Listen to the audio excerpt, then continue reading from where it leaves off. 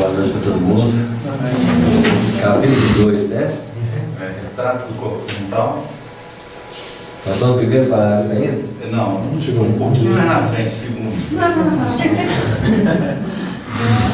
Do ponto de vista, vamos ler o segundo parágrafo, parar onde que, né? Do ponto de vista da constituição e função em que se caracteriza na esfera imediata ao trabalho do homem, após a morte, é o corpo espiritual, o veículo físico por excelência, com sua estrutura eletromagnética. Não é que não? É isso mesmo. É isso mesmo? Com sua estrutura eletromagnética, algo modificado no que tange aos fenômenos genésicos e nutritivos, de acordo, porém, com as aquisições da mente que o maneja. Onde que eu parei aqui? Físico. Ah, não. Físico por excelência. Tá. Então veja bem, né? Nós já até falamos isso aqui, eu não vou voltar, né? Por que o corpo espiritual se transforma em corpo físico por excelência? Porque é através dele que nós vivemos na onde? Na realidade. No campo da realidade espiritual. Então ele passa a ser o corpo físico de lá, porque é ele que vai fazer o meu movimento lá no plano espiritual. Tá claro? Eu tenho um corpo de expressão material onde está localizado meu ser. Então aqui na Terra eu tenho um corpo físico que opera nessa realidade. Desencarnei lá, eu tenho que andar, eu tenho que comer, eu tenho que movimentar. Então ele virou o quê? O veículo físico por Excelência. isso mesmo, para que não haja confusão, porque não existe definição fechada em se tratando de conhecimento. Existe necessidade transitória de entendimento. Eu posso chamar o perispírito de corpo físico quando eu estou com o perispírito no plano, porque no próprio plano espiritual em que eu opero existem outros planos, né? E outros corpos. Vocês verem, então a pessoa assim, não, você está confundindo, não estou confundindo não, nós estamos relativamente definindo pela necessidade de compreensão que nós temos, porque nenhuma verdade é definida com ponto final. As verdades sempre vão ter o quê? Uma vírgula. Porque quando você coloca um ponto final, você está fechando o movimento da própria vida. Isso não vai acontecer. Tá claro? E elas são conforme nossa capacidade de compreensão. Conforme a nossa capacidade de compreensão. Então as nossas verdades são sempre limitadas aos limites da nossa compreensão. Né? Mas isso deixa muito claro para nós, né, que o perispírito ele é feito de matéria. Né? Isso mesmo, porque no entendimento simplório, corpo espiritual tem nada a ver com o corpo, mas é corpo. Não tem nada a ver com o corpo. Isso. Mas na realidade tem, a gente sabe que é matéria. Isso é semifísico. E ele passa a ser o corpo por operação básica depois da morte. Né? Então eu parei, o corpo espiritual é o veículo físico por excelência. Isso. Com sua estrutura eletromagnética. Que estrutura que não é eletromagnética? Tudo é estrutura eletromagnética. Ou é eletricidade e magnetismo estruturam os corpos. Então, eletricidade, como nós sabemos, é a lei que opera movimento. Magnetismo é a lei que opera o quê? A retenção, a atração. Assim, imagina se você une as duas forças, o movimento e a atração. Eu consigo fazer com que o movimento pare circunstancialmente em determinado aspecto para criar uma sensação de quê? De movimento. De corpo. Porque os corpos não são parados, são movimentos estagnados, mas que continuam um certo nível de quê? De movimento. Tá certo? Porque não tem nada parar. Está tudo o quê? Movimento. E esses movimentos tipificam uma qualidade qualquer de realidade. Porque ao paralisar em determinado momento, ele cria uma sensação existencial para quem está na mesma sintonia vibratória. Tanto é que nós acreditamos que nós somos o quê? Corpo. Porque dá uma sensação. Os meus sentidos estão relativamente ligados ao movimento que o corpo oferece. Meu olho enxerga o corpo e diz assim, isso é um corpo. Não, a sua capacidade de percepção está limitada a determinadas vibrações, que faz com que o corpo exista para ela. Está claro? Meu tato também, meu tato segura e fala assim, estou segurando alguma coisa. Não, você está vibrando do mesmo jeito e vocês sentem-se existentes. Então todas, na verdade, todas as capacidades de percepção é uma capacidade vibratória que identifica a mesma vibração o quê? Do outro lado. O que impera é o vazio. Isso mesmo. Domina vazio e movimento. Então, eletricidade. Eu quero pensar na maçã. Eu penso na maçã. As partículas de movimento que são oriundas da eletricidade começam o quê? A fazer a maçã. Fazer a maçã. E a força atrativa fecha-se na forma da maçã. Eu crio um campo magnético na forma do quê? Da maçã. Então eu crio uma força magnética que os elétrons vão movimentar, ou as partículas, pode ser elétrons espirituais, vão movimentar somente naquele campo magnético. Então, força eletromagnética cria corpos. Foi isso que Jesus fez com os peixes e o pão? Com todas as formas. Essa força então está em tudo. Não é assim? Que ele aumentou. Força eletromagnética que numa extensão gigantesca, aí eu estou soltando papagaio, como dizia seu Leão. Nós chamamos de lei gravitacional. Não. Então o que é lei gravitacional? É a lei eletromagnética para os astros, que contém o movimento deles na órbita de um corpo galáctico, criando a sensação existencial de um sistema vivo em proporções o quê? Gigantescas. Então o que é uma galáxia? É um corpo É assim? Em dimensões o quê? gigantesco. Superiores ao gigantesco, nós falamos que é agora. Não é assim? Agora o que é um corpo de galáxias? Só Deus sabe. Oriundo das mesmas forças em proporções o quê? Que podem ter nomes diferenciados nas pesquisas científicas, que nomeiam aquilo sem compreender profundamente o que estão nomeando. Está claro? O nome nós podemos dar à vontade, só não podemos definir como verdade absoluta. Né? Algo modificado no que tange aos fenômenos genéticos e nutritivos. Por quê?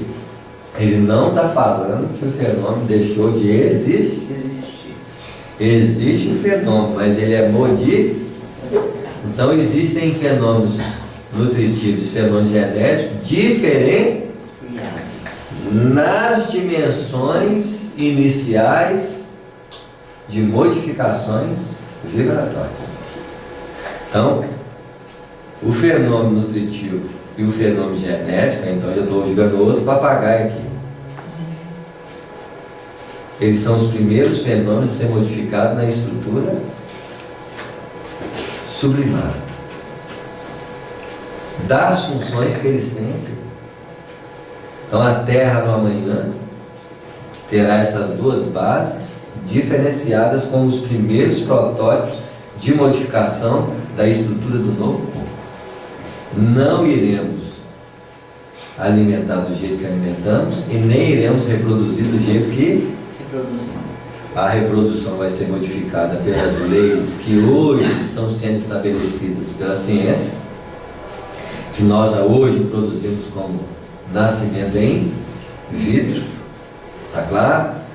Saindo o processo gestatório e de reprodução do corpo interior da mulher, passando para onde? Para fora, tá claro? Então a reencarnação terá outra característica no amanhã, pela não necessidade desse tipo de quê? De formação, porque essa formação ela é muito protetora e conservadora, tá claro? Não vão ter tantas ameaças o suficiente e não precisará o ser tão constrangedor. como é constrangido pela adaptação necessária que a reencarnação na realidade humana exige. Está claro? Então, o processo de reprodução, o processo de desenvolvimento da reprodução, o processo reencarnatório e o processo nutritivo modificam. Porque é os primeiros que modificam na onde? No plano espiritual. Tá? Nós podemos dizer que existe alimentação lá? Existe, como nunca deixou de existir. E nós podemos dizer que existe reprodução lá? Existe, como nunca deixou de existir. Por quê? A alimentação e reprodução são leis universais em qualquer parâmetro do universo. Porque é através delas que o processo da criação se faz. Está claro? Também tem aquela situação, né, que depois de se desencarnar, o corpo espiritual, vamos na esfera mais imediata ali da matéria, já que lá não tem a necessidade direta do sexo, né, da forma da reprodução, não que não tem o sexo, não tem a necessidade da reprodução, mas também, igual eu falando, da reprodução os patamares da reprodução como nós entendemos. Entendemos aqui, logicamente, não é a mesma coisa, né? E nutritivamente também a ingestão de matérias é um outro nível porque o corpo. Isso mesmo, porque nós estamos falando de dois tipos de lei: nutrição, assimilação, reprodução, metabolização do processo assimilado, na formação de novas formas, o que faz entreter que há novos indícios de processo de renascimentos. Porque se o plano espiritual é plano espiritual para nós, que estamos no plano físico, ele é o plano físico para outros planos superiores, em que o processo de renascimento lá é outro. E o processo de nutrição, de assimilação lá é outro.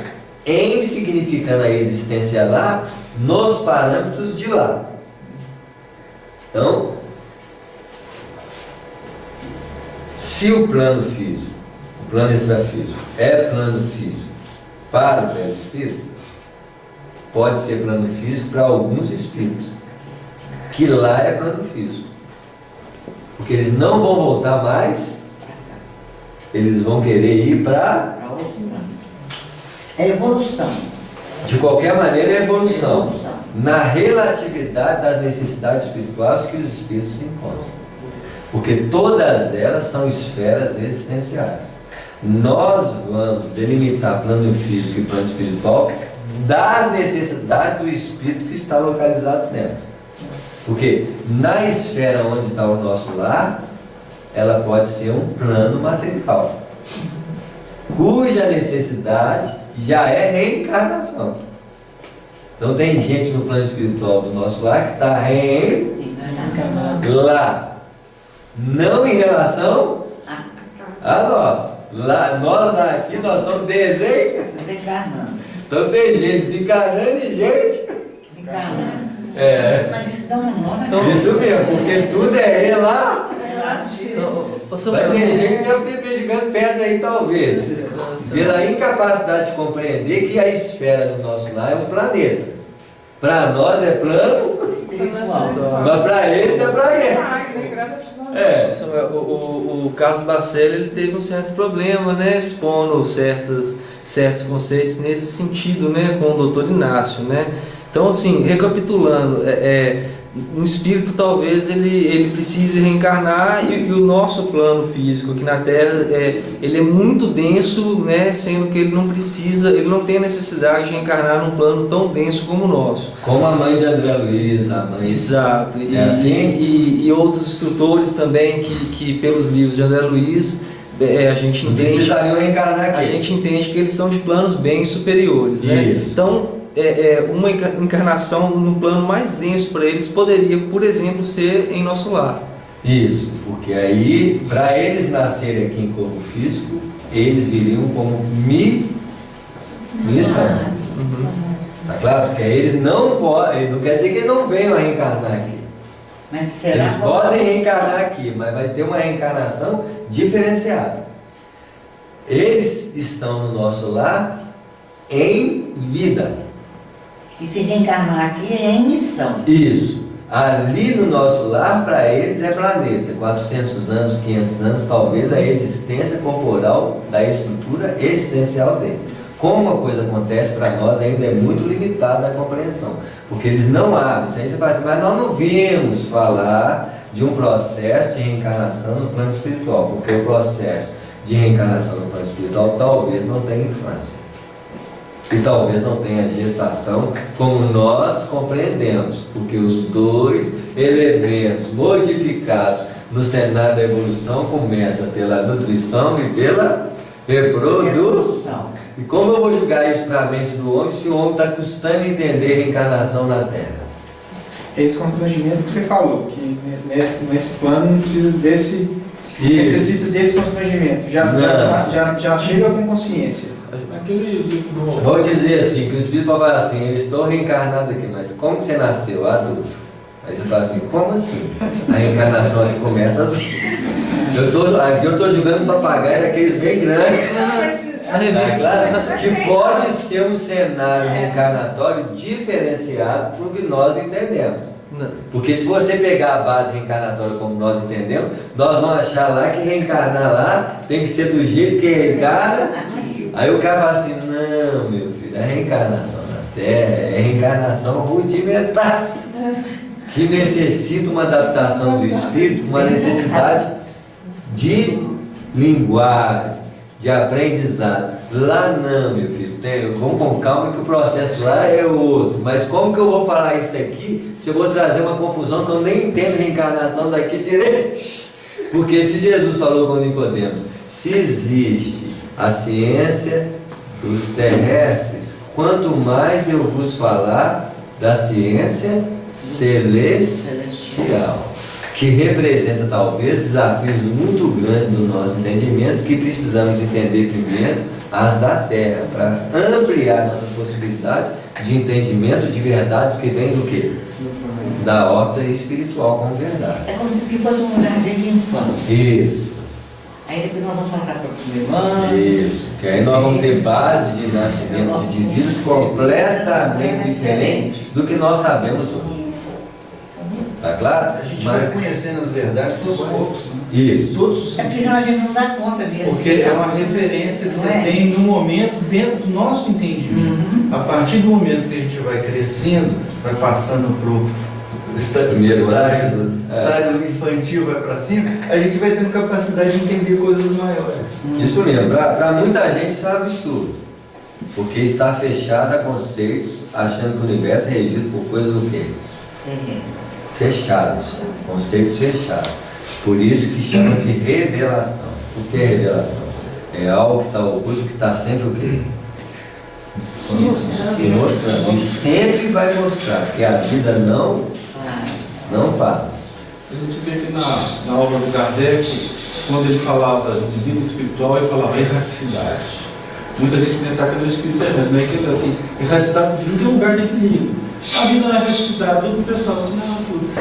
E quando as obras do André Luiz foram ser lançadas, ou algumas obras dentro da doutrina espírita, parece que a escritura fez até uma reunião, falou assim, como é que nós vamos colocar para eles essa realidade que é o plano espiritual, no caso do André Luiz, sem isso dar um choque?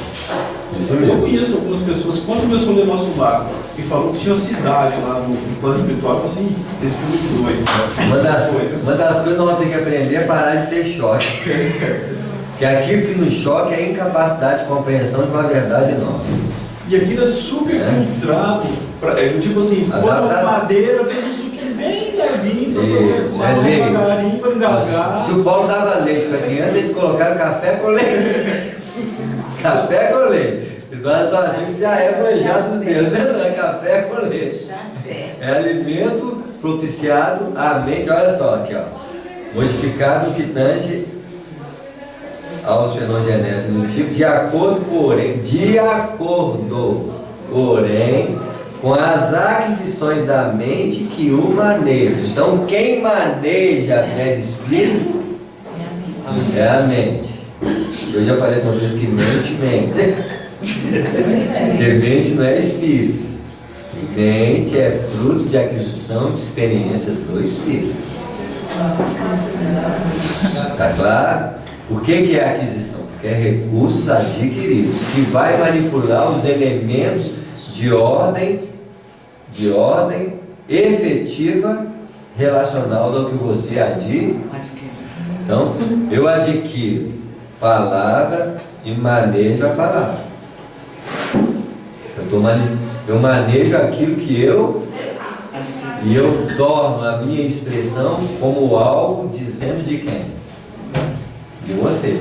Mas é algo muito que superficial.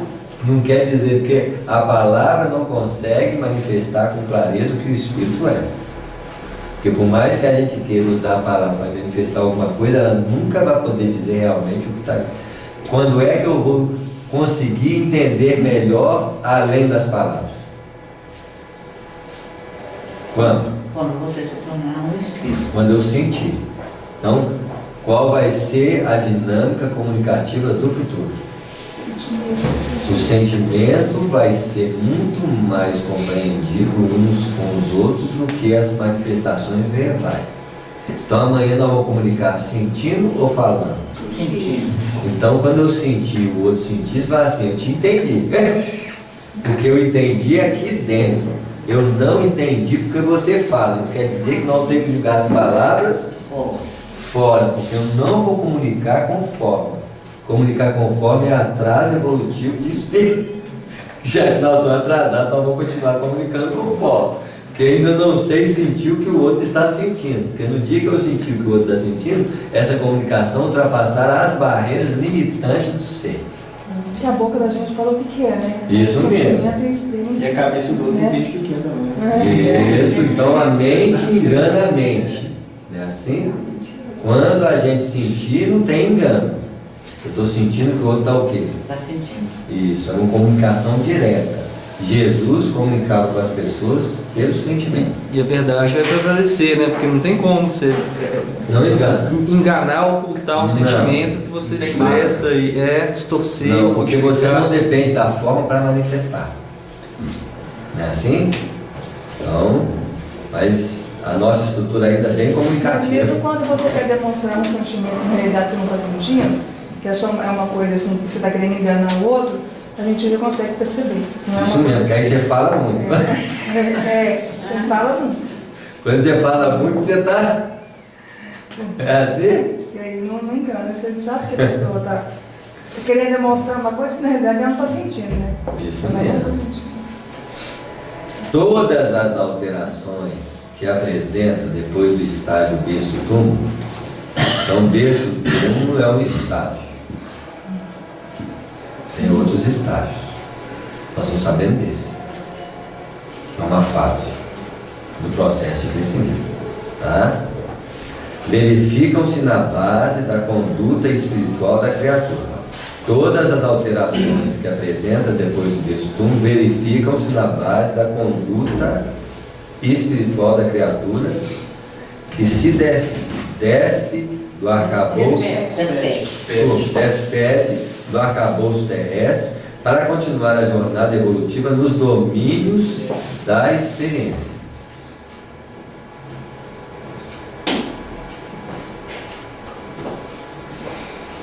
Por que ele está chamando o campo? Se o mundo material é o campo da experiência, o mundo espiritual também é o campo da experiência, porque ele também ainda é o quê? Material. Tá claro? Há uma necessidade de reencarnação, há para ter experiência, mas a desencarnação, ela é também um campo de experiência, porque vai aprender também lá. Mas eu preciso sempre colocar em prova numa dinâmica mais operativa da que eu me encontro. Mas eu posso estar numa dinâmica já de experiências, necessitando de uma outra realidade de experiência, onde aquela é concretizadora, dentro da relatividade que a verdade se apresenta. O espírito Ok. puro não tem mais nada para aprender? Não, Não? não, ele é puro espírito. Ele é a manifestação da pureza da sabedoria. Então o que ele faz? Ele opera com Deus a realidade da vida. Porque ele já aprendeu o que tinha que aprender.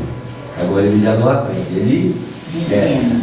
Eternamente? Não, ele é ou ele ensina? que aí ele entra numa dinâmica da eternidade. Na dinâmica da eternidade ele não tem tempo e espaço. Sai de toda essa linha de raciocínio que nós estamos tendo aqui.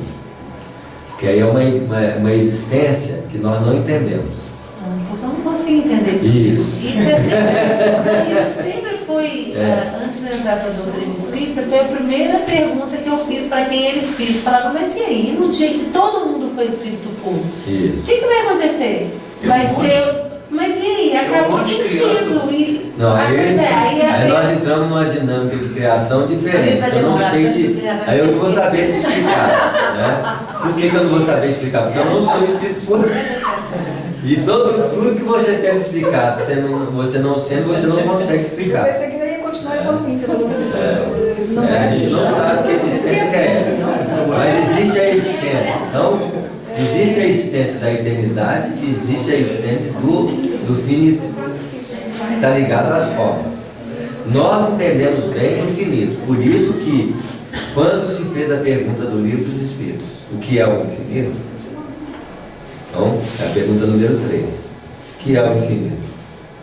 Olha a resposta. É o que não tem começo e nem fim. O que tem começo e fim? Corpo. Que é o parâmetro do nosso entendimento. Para nós, nosso raciocínio, para os nossos sentidos, para a nossa experiência mais direta na matéria, tudo tem começo e fim. Porque é isso que eu sinto de mim através dos recursos que tem começo e fim. Aí alguém fala, é o que não tem começo nem fim. Você perde a base de entendimento, porque o que não tem começo nem fim? Você não conhece nada que não tem começo nem fim. Você só conhece coisa que tem começo e fim. Até Aí, na matemática esse conceito é possível para a gente. isso. Né? O infinito ali é um símbolo que você não sabe o que é. Mas alguém, para É o tentar outro tem, né? amenizar a angústia do homem, colocou um desenho e falou assim, isso é o infinito. E alguém falou assim, tá bom, pelo menos me engana até algum lugar. Não é assim? E vai nos enganando. Mais um pouquinho. Porque eu preciso de alguma coisa concreta. Quando eu preciso de alguma coisa concreta para existir, eu não sei o que é existir fora disso. Aí ele diz assim, olha só, 2 termos que quebra a nossa razão. O que não tem começo nem fim. O desconhecido. Então veja bem, o que é desconhecido? É o que não é conhecido. Nós só sabemos o conhecido, porque nós sabemos. Quando fala do desconhecido, é algo que nós não sabemos. Então está na horta do não saber, do novo, da criatividade, de algo que não é do porque conhecido é o quê? É passado. Passado. Está claro? Então nós estamos ditando 2 realidades existenciais: a eternidade e a finitude. Ou o que tem começo e fim. Tá certo? E olha que ele perguntou o que é o infinito. Quando você começa a falar de infinito, é uma transição entre o finito e algo que não tem fim. Então já a palavra infinito está dizendo o quê? Não tem. Mas aí ele fala assim, olha só, a confusão que dá. É o que não tem começo e nem fim. Então teve alguém que falou assim, mas se infinito tem fim, quem falou que infinito tem fim? E quando perguntou o que é infinito, ele falou assim, não tem também. Olha só. Mas peraí, a palavra infinito está falando que não tem. Se não tem fim, também não tem o quê? Começo. Então faz uma confusão entre infinito e eternidade. Mas se você falar isso, os outros falam que você está doido, que você está distorcendo a verdade da doutrina espírita. Não sou eu que estou distorcendo a verdade da doutrina espírita. É a resposta dos espíritos. Isso. Que, para não fazer as pessoas confundirem, eles falaram assim, como você pode entender uma coisa que os vossos sentidos não compreendem? Porque o conhecimento é baseado nos sentidos. O desconhecido é baseado no não sentido. Então, eu olho para dentro de mim e perceba a existência aí, não tem sentido. Porque não tem parâmetro de verificação. Então, me chama Samuel. Eu respondo porque é nome, é forte. Eu sei que eu existo. Você para olhar assim, não tem começo e nem fim. Eu existo dentro de uma dinâmica de existir por si próprio. Porque eu existo. Eu estou olhando assim, não tem definição de mim. Porque ninguém me chamou, ninguém me tocou, ninguém fez nada. E eu existo puramente. Como que o Espírito se fala? Aí eu começo a querer dar para o infinito, isso. Aí você começa a trazer confusão. Porque para perceber o que eu estou falando, você não olha para mim, olha, porque aí você vai ver você existir através do que eu falei. Não, por isso que o André Luiz está notando daquele jeito, né? Porque você quer entender o que Ele quer entender. Isso mesmo. Tá claro? Porque é difícil sair a transição entre o infinito e o finito, conhecido e desconhecido, é uma transição difícil de se fazer. Tá claro? Como que eu vou fazer isso? Eu só posso fazer isso através da minha própria auto-observação. É onde eu começo a aprender um novo esquema de aprendizagem. Esse novo esquema de aprendizagem não vem com informação de fora, com aquisição de fora, vem com desdobrar interior. Por isso que o Reino dos Céus começa aqui. Quando você começa a investigar a sua própria natureza íntima. Quando você começa a investigar a sua natureza, as palavras não cabem exatamente sobre elas. Falta informação, falta sentido, falta argumentações em que até então tinha. Porque tinha toda uma retórica de quê? De sensações.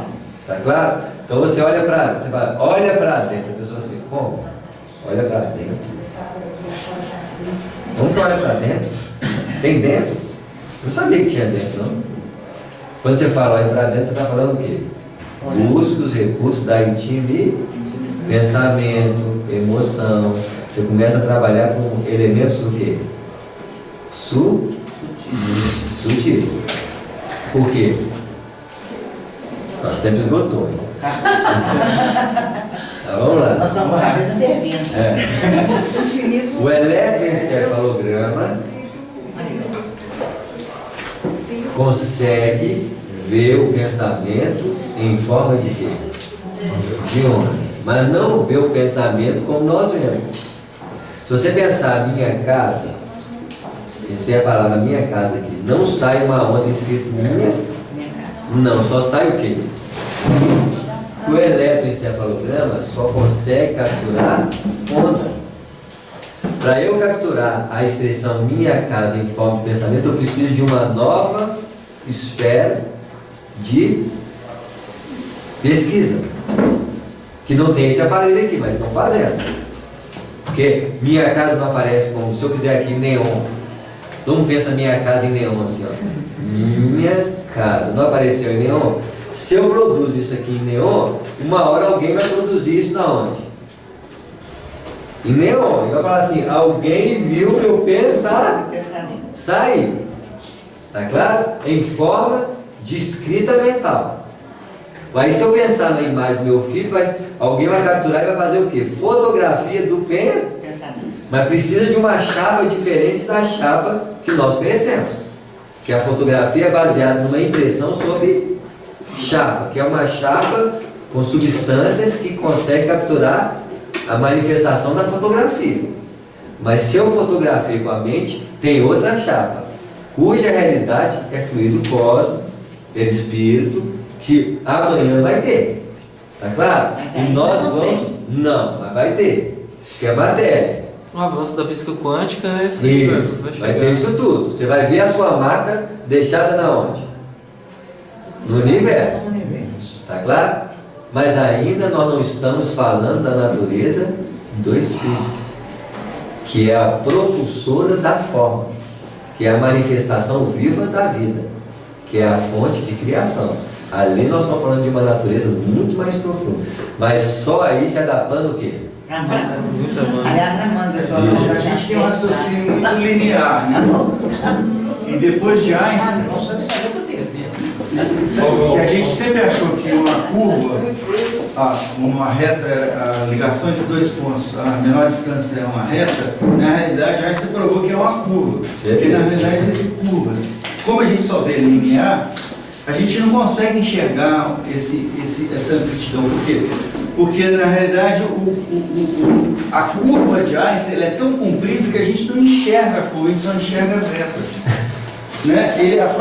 Até o próprio tempo que a gente tem por invariável, sempre achou que foi invariável, segundo Einstein está provado agora, que eles conseguiram provar a teoria, que esse tempo é distorcido, que ele varia, como se a gente viajasse no tempo e a gente acabava envelhecendo menos do que a pessoa que fica sem viajar nesse tempo, né? Então esse tempo é variável, então tudo é variável, né? E a gente tem um raciocínio muito linear, ponto a ponto.